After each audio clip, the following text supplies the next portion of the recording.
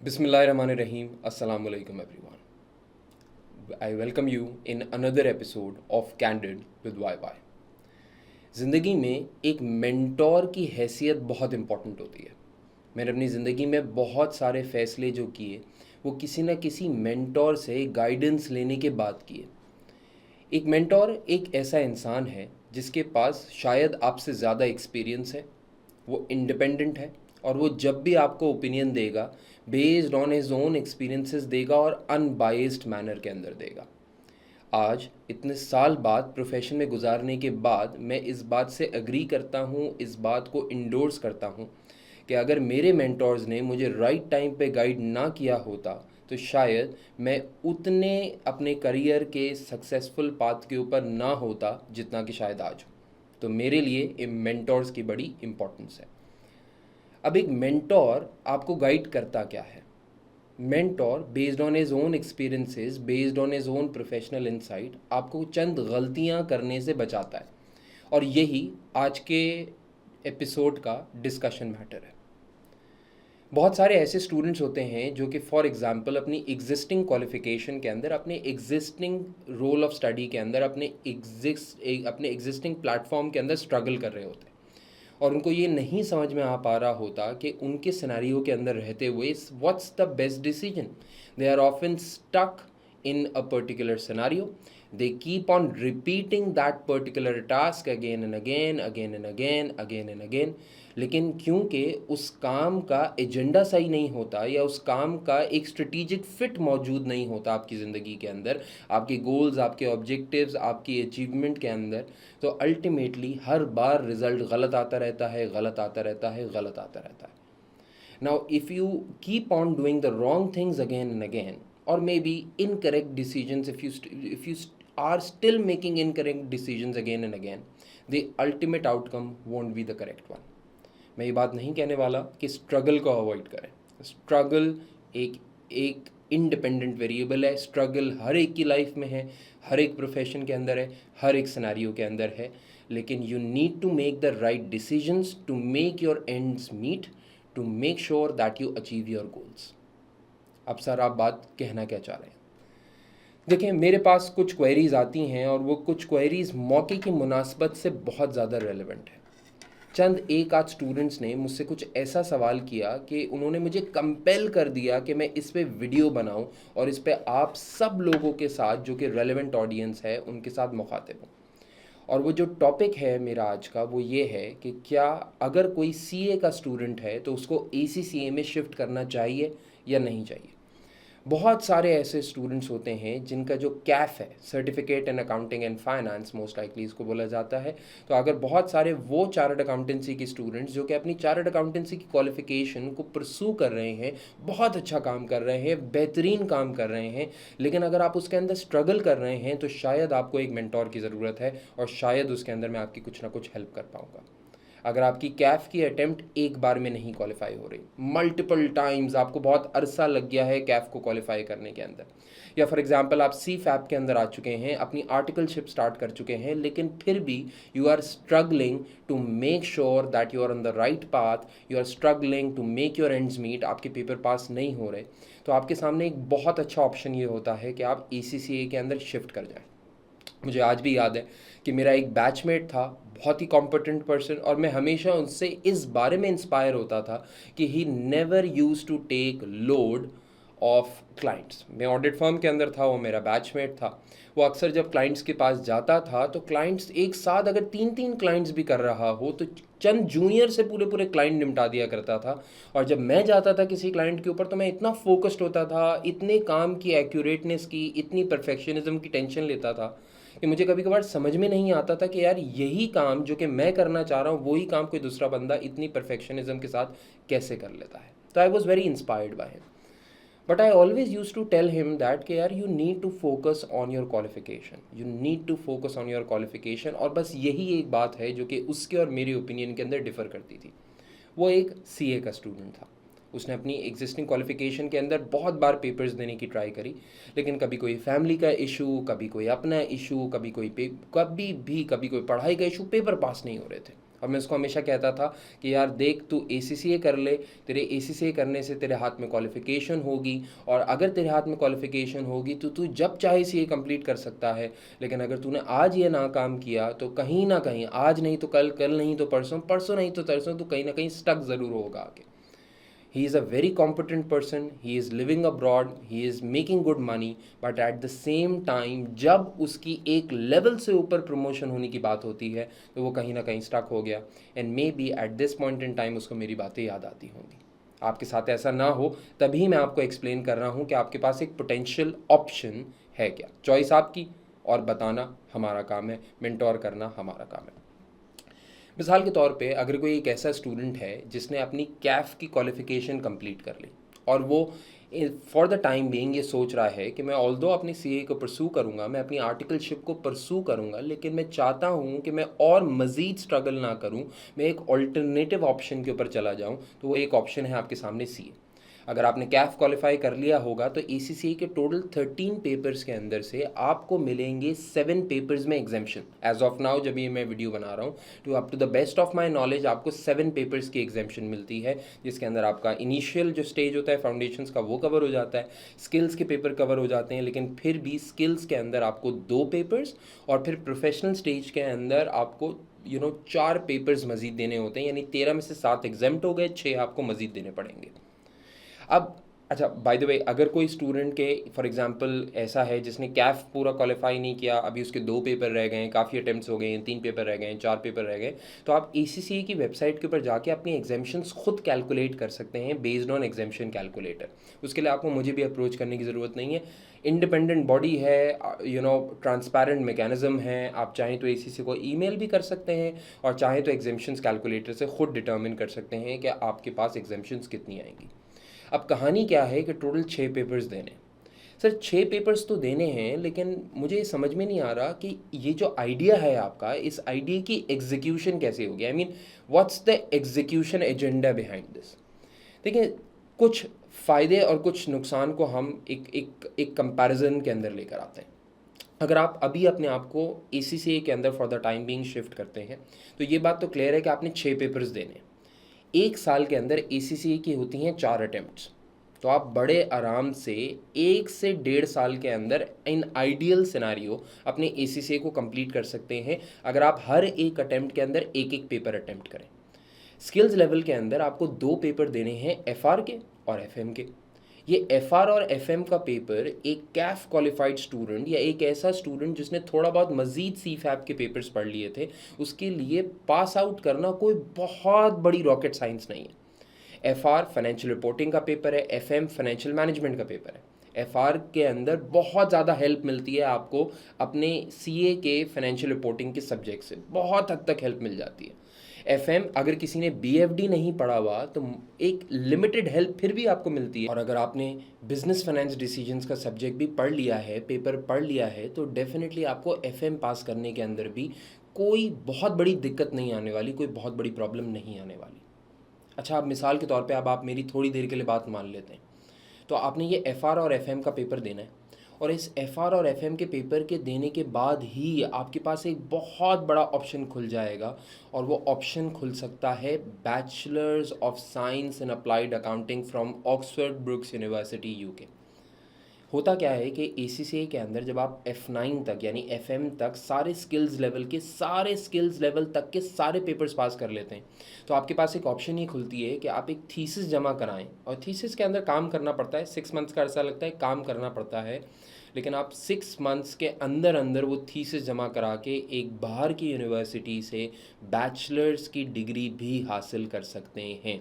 याद रखना, ये बैचलर्स की डिग्री BCom के इक्विवेलेंट नहीं है। BCom जनरली पास्ट के अंदर कम से कम एक 2 ईयर प्रोग्राम होता था, ये फुल ईयर प्रोग्राम है, यानी UK के अंदर इसको 3 ईयर इक्विवेलेंट डिग्री माना जाता है। UK के अंदर बैचलर्स की हर डिग्री को जनरली 3 ईयर की डिग्री ही माना जाता है, तो फुल बैचलर्स की ओरिएंटेशन आ जाती है आपके पास। हाँ, लेकिन गलत नहीं समझना, एक बात क्लियर कर दूँ, अगर तुमने बैचलर्स की डिग्री तुम्हारा ऑब्जेक्टिव है, जो कि होना भी चाहिए, तो अगर तुम्हारा ऑब्जेक्टिव है तो याद रखना तुम्हें 6 नहीं, तुम्हें फिर ACCA के अंदर 7 पेपर देने पड़ेंगे, क्योंकि ऑडिट एंड एश्योरेंस का जो सब्जेक्ट है तुम्हें वो फोरफीट करना पड़ेगा अपनी एग्जाम्शंस में से। ये एग्जाम्शंस एक बार अवेल कर ली, याद रखना, तो फिर तुम रिवर्ट नहीं कर सकते, तुम्हें ये एग्जाम्शन अपनी फोरफीट करके 7 पेपर्स टोटल देने पड़ेंगे, और 7 पेपर्स के अंदर तुम्हारा ऑडिट एंड एश्योरेंस का सब्जेक्ट भी शामिल होगा। मुझे याद है मेरी पास्ट में एक स्टूडेंट है जो कि CA से ट्रांसफ़र लेकर आई थी, और उसने उस वक्त, मैं तो उसको कह रहा था यार तुम छोड़ो, तुम BSc छोड़ो, तुम ऑडिट एंड एश्योरेंस की एग्जाम्शन फोरफीट ना करो, पता नहीं पेपर निकले या ना निकले, but I think she was very smart enough. उसने अपनी ऑडिट एंड एश्योरेंस की एग्जाम्शन फोरफीट करी। एग्जाम्शन फोरफीट करने के बाद उसने BSc दिया, ACCA भी पूरा कंप्लीट किया। Now she is working in Dubai, और दुबई के अंदर एक अच्छी फर्म के अंदर एक अच्छी पोजीशन के ऊपर काम कर रही है। She was a very old student of mine, अल्हम्दुलिल्लाह she is very successful, maybe more successful than others, but again this was an opportunity she availed, and you have such kind of an opportunity as well। सही है ना? अच्छा, तो ये सारी बात हो गई तुम्हारे पास एग्जाम्पशन से रिलेटेड। अब आप सब लोगों का सवाल ये बनता है कि सर अगर मैं CA से ACCA के अंदर शिफ्ट करता हूँ तो इसमें मेरा क्या फ़ायदा है, यानी मैं एज अ स्टूडेंट क्या एडवांटेज उठा सकता हूँ आज ये डिसीजन लेने का।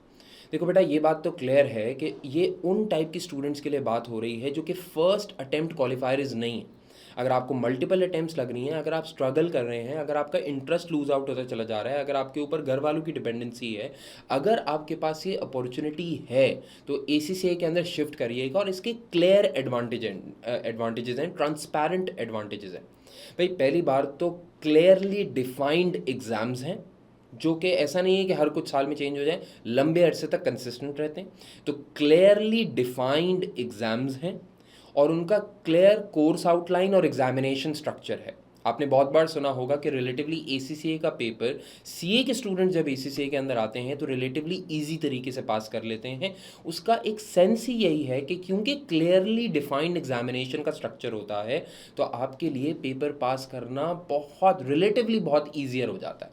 अब अपनी एग्जिस्टिंग क्वालिफिकेशन का बैकग्राउंड लेकर आते हैं, जहाँ पे पेपर के स्ट्रक्चर के अंदर भी वेरिएबिलिटी आ जाती है, टाइप ऑफ क्वेश्चंस के अंदर भी वेरिएबिलिटी आ जाती है, लेकिन यहाँ पे वेरिएबिलिटी बहुत कम है। वेरिएबिलिटी होगी कंटेंट के अंदर, सवाल के स्ट्रक्चर के अंदर वेरिएबिलिटी इतनी नहीं होगी जितनी कि सवाल के अंदर दिए गए केस सिनेरियो की वेरिएबिलिटी होगी। And at the end of the day real life के अंदर आप सब लोग ये बात जानते हैं, जो कि ख़ास तौर पे काम कर रहे हैं, वो ये सब लोग बात जानते हैं कि वेरिएबिलिटी हमेशा कंटेंट के अंदर होती है, प्रोसेस के अंदर, स्ट्रक्चर के अंदर। रियल लाइफ में भी वेरिएबिलिटी नहीं आती।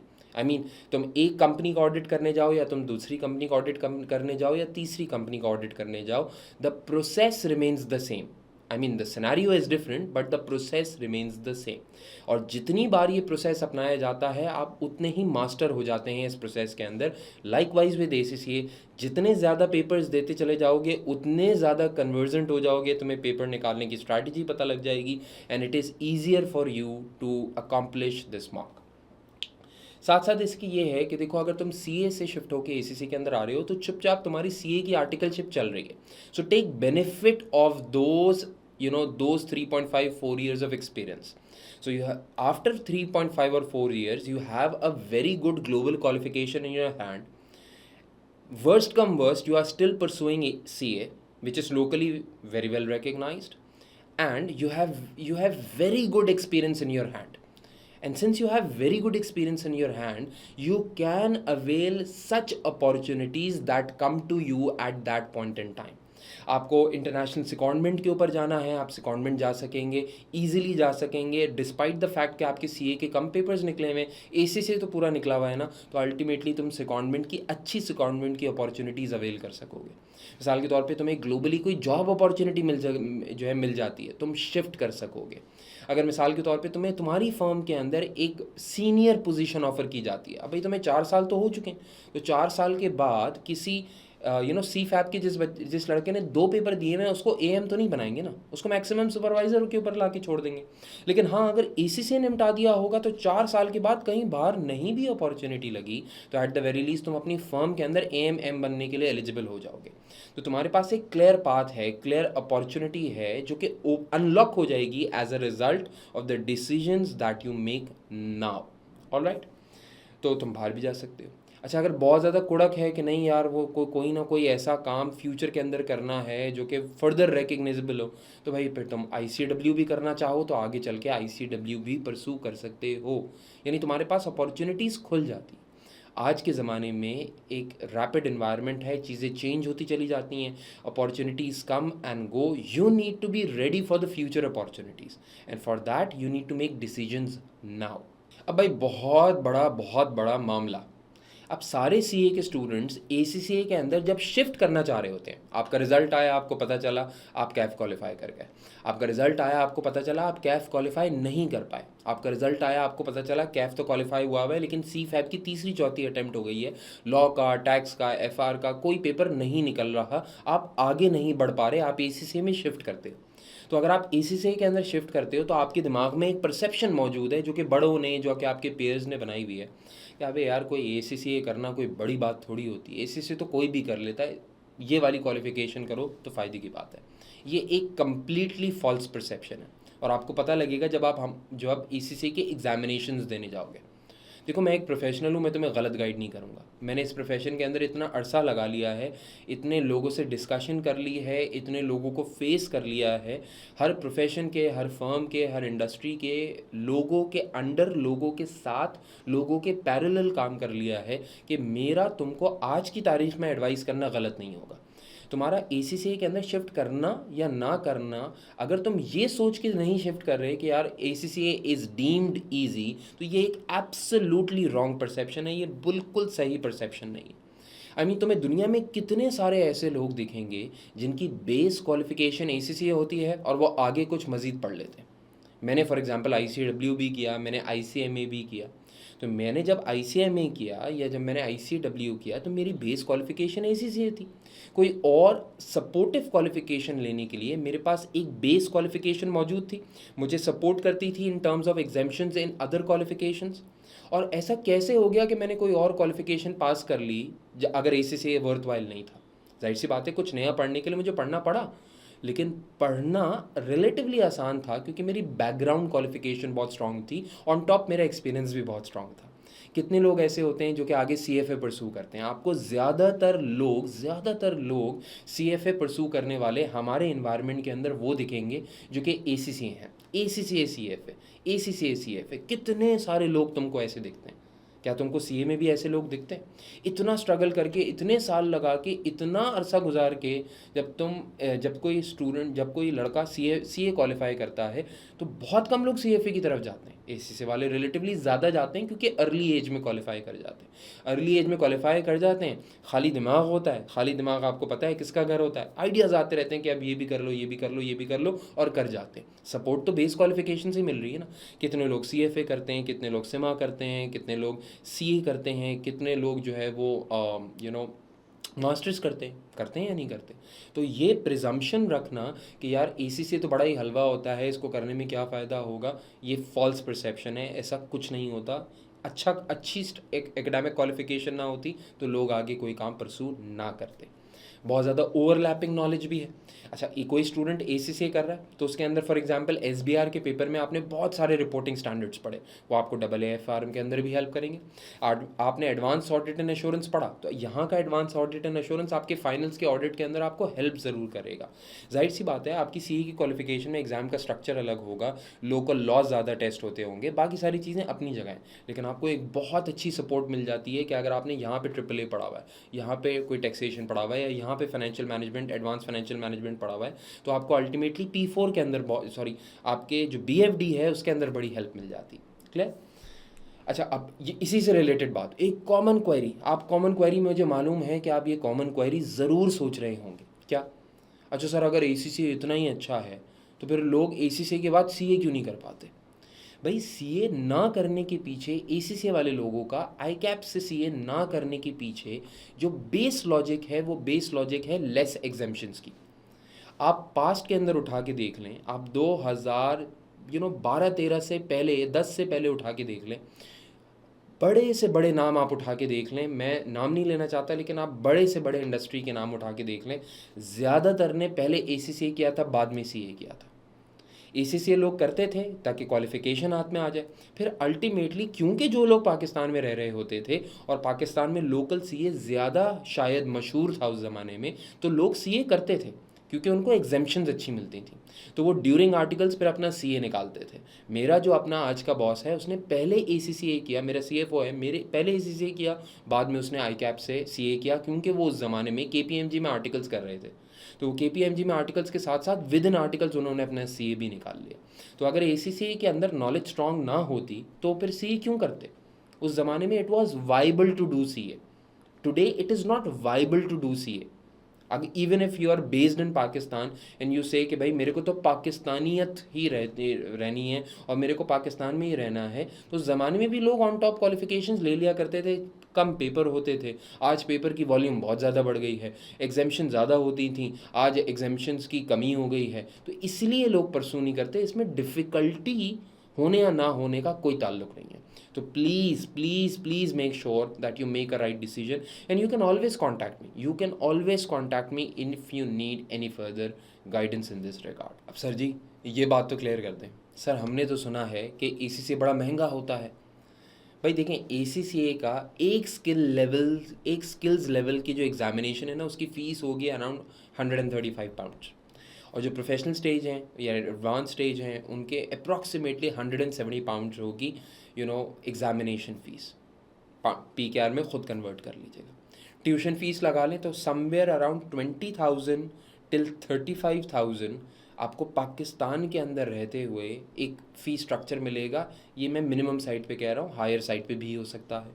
Different institutes different price ranges offer करते हैं। सर ये तो बड़ा महंगा है as compare to what we go and study for, तो बड़ा महंगा है। और पेपर नहीं निकला तो देखो, पेपर नहीं निकला ना, तो अगर तुम्हारा ACCA के अंदर मोस्ट लाइकली चांसेस हैं, देखो बेस्ड ऑन पास्ट पैटर्न मैं बात कर रहा हूँ, यही मेरे पास एम्पेरिकल एविडेंस है। तो बेस्ड ऑन पास्ट प्रैक्टिसेस आपको पता है कि 1:3 का कम से कम रेशो होगा। अगर किसी का ACCA का पेपर नहीं पास आउट हो रहा, गिवन कि क्लियर एग्जामिनेशन स्ट्रक्चर है, गिवन कि पास्ट पेपर्स बड़े क्लियर हैं, गिवन कि टेक्निकल आर्टिकल्स की सपोर्ट मिलती है, गिवन कि ACCA खुद बहुत सपोर्ट करता है in terms of ACCA study hub based on ACCA's practice platform.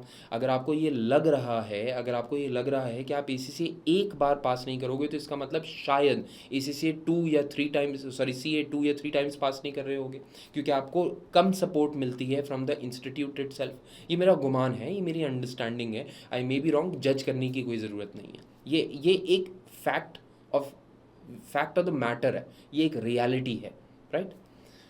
देखो मैं ACCA की फ़ीस को तो इन्फ्लुएंस नहीं कर सकता, लेकिन आज की तारीख़ में जो बंदा ये वीडियो देख रहा है, मैं उससे ये प्रॉमिस कर रहा हूँ, अगर आप CA के बैकग्राउंड से हैं और स्ट्रगल कर रहे हैं and if you really want to shift towards ACCA, मैं आपसे ये वादा करता हूँ कि मैं जो भी पेपर पढ़ाऊँगा या मेरे इदारे के अंदर जो भी कोई पेपर पढ़ाएगा, I will be offering you a very very very special discount if you are coming from a CA background, I promise you. मैं आपको इंडिविजुअल गाइडेंस दूंगा, मैं आपके लिए ऑप्टिमाइज्ड फ़ी स्ट्रक्चर डिफ़ाइन करूंगा, मैं आपको राइट लोगों से मिलवाऊंगा, और मैं आपके लिए इंश्योर करूंगा कि आप अपना पेपर सही तरीके से पास करें और ज़्यादा स्ट्रगल ना करें। I mean this is the least I can do for my people. So with this, my friends, I hope you liked this video. I hope this has become relevant for you. In case of any further queries, you can always contact me. You know where to reach out to me. My name is Yasir Yamin. I'll see you in the next episode. Bye bye.